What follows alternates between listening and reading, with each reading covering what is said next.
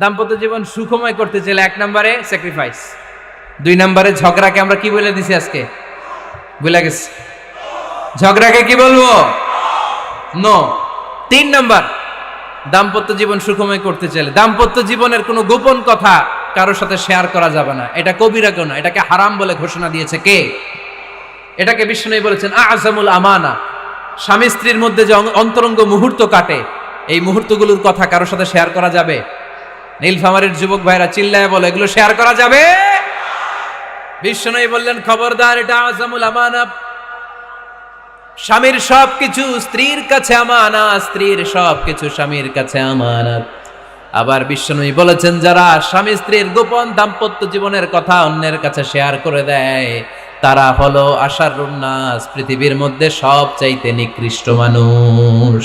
এরা নিকৃষ্ট, এদের চাইতে নিকৃষ্ট আর কেউ হতে পারে না। উলাইকা কাল আনআম বাল হুম আদাল।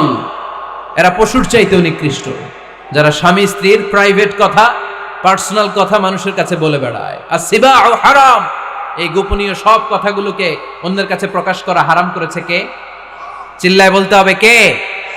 তাহলে খবরদার, নিজেদের দাম্পত্য জীবনের কোনো কিছু অন্যের সাথে শেয়ার করবেন না। আমাদের বোনরা অনেক সময় একসাথে বসলে পেটের কথা, পিঠের কথা সব বলে ফেলায়, আছে না নাই?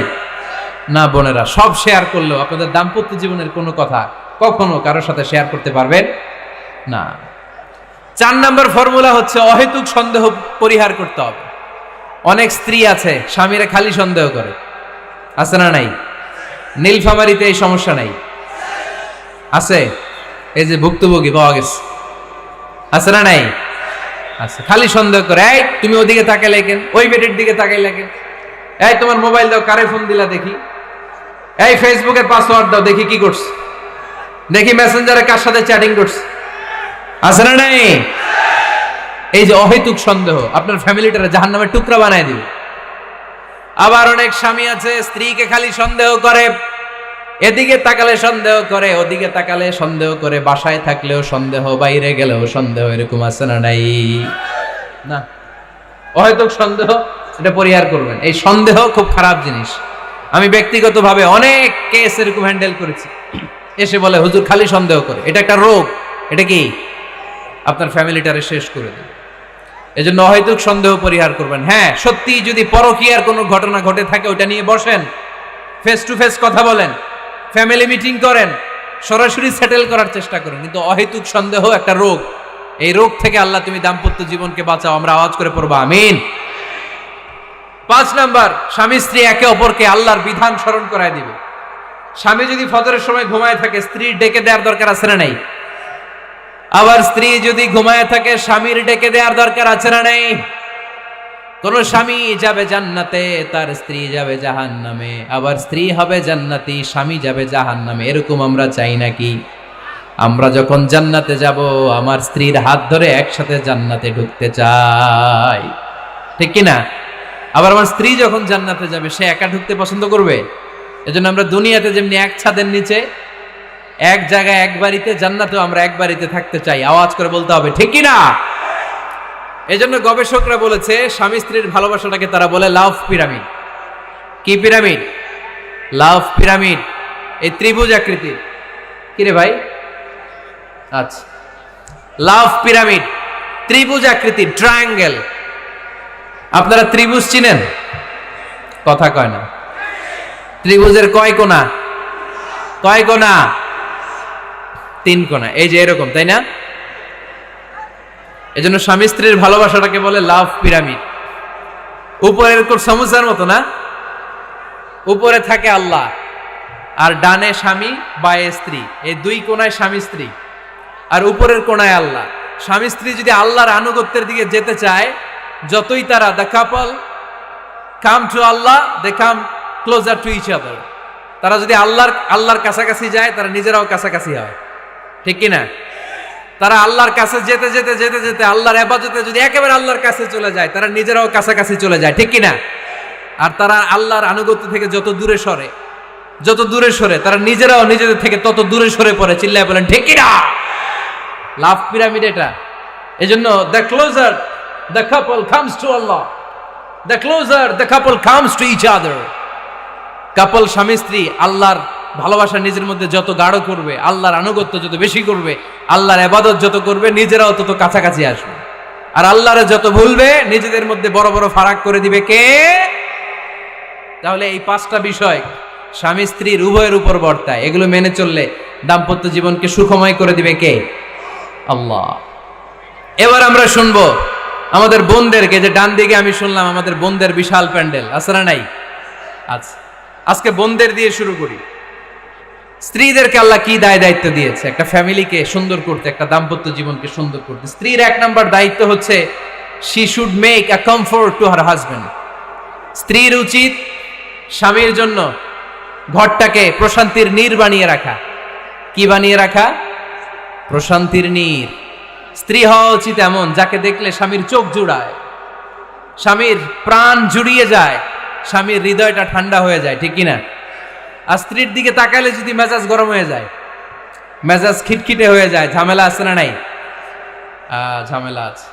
এজন্য মেহেরবানি করে আমাদের বোনরা যারা, এমন কোনো কাজ করবেন না যেটা স্বামীর মেজাজকে খিটখিটে করে দেয়। কারণ আল্লাহ তাআলা আপনাদেরকে তৈরি করেছে লিতাসকুনু ইলাইহা, স্বামী আপনার কাছে গেলেই যেন তার হৃদয়টা প্রশান্ত হয়ে যায়, ঠিক কিনা? অনেক স্ত্রী আছে না জেনে না বুঝে স্বামীর সাথে এমন খিটখিটে মেজাজ দেখায় যেটা স্বামীর জন্য মেনে নেওয়া কষ্টকর। আমি একটা জরিপে পড়েছি, পৃথিবীর অনেক স্বামী স্ত্রীর কারণে হার্ট অ্যাটাক করে মারা যায়। আছে না নাই? এই তো ভুক্তভোগী পাওয়া গেছে। স্বামীর জন্য একটা ত্রাস হয়ে দাঁড়ায় স্ত্রী, ত্রাস।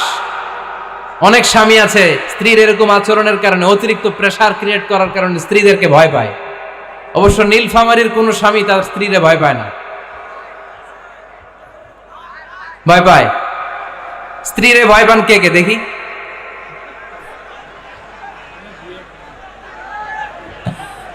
ভয় পান আপনারা? ভয় পান? হ্যাঁ, এক অফিসের বড় সাহেব তার স্ত্রীরে খুব ভয় পায়, প্রচন্ড ভয় পায়। তো সে মনে মনে ভাবলো, দেখি আমার অফিসের যারা স্টাফ আছে, ম্যানেজাররা আছে, এরা কতটুকু ভয় পায়, এরা ভয় পায় কিনা। তো একদিন সকালবেলা অফিসের সব স্টাফগুলোর একসাথে দাঁড় করায় বলতেছে, এই আপনারা যারা যারা আপনাদের স্ত্রীদেরকে ভয় পান তারা ডান দিকে যান, আর যারা স্ত্রীকে ভয় পান না এরা বাম দিকে যান। অফিসের সব কর্মচারী ডান দিকে চলে গেছে, সবাই ভয় পায়, একজন শুধু বাম দিকে। বাম দিকে কয়জন? ভয় পায় না। আর যারা ভয় পায় এরা ডান দিকে, ডান দিকে সবাই। তো বড় সাহেব ভাবছে, আলহামদুলিল্লাহ আমার অফিসে একজন হইলেও বীর পুরুষ আছে। তো বীর পুরুষের কাছে যেয়ে বলে, ঘটনা কি, আপনি মোটেও ভয় পান না? কয়, স্যার প্রতিদিন অফিস করার জন্য যখন ঘর থেকে বের হয় আমার বউ আমারে বলে দেয়, খবরদার সবাই যেদিকে যায় তুমি কিন্তু ওইদিকে যাইবা না, সবাই যেদিকে যায় তুমি ওইদিকে গেলে খবর আছে। বড় সাহেবকে খবরদার, এটা তো আরো ডরায়, ঠিক কিনা?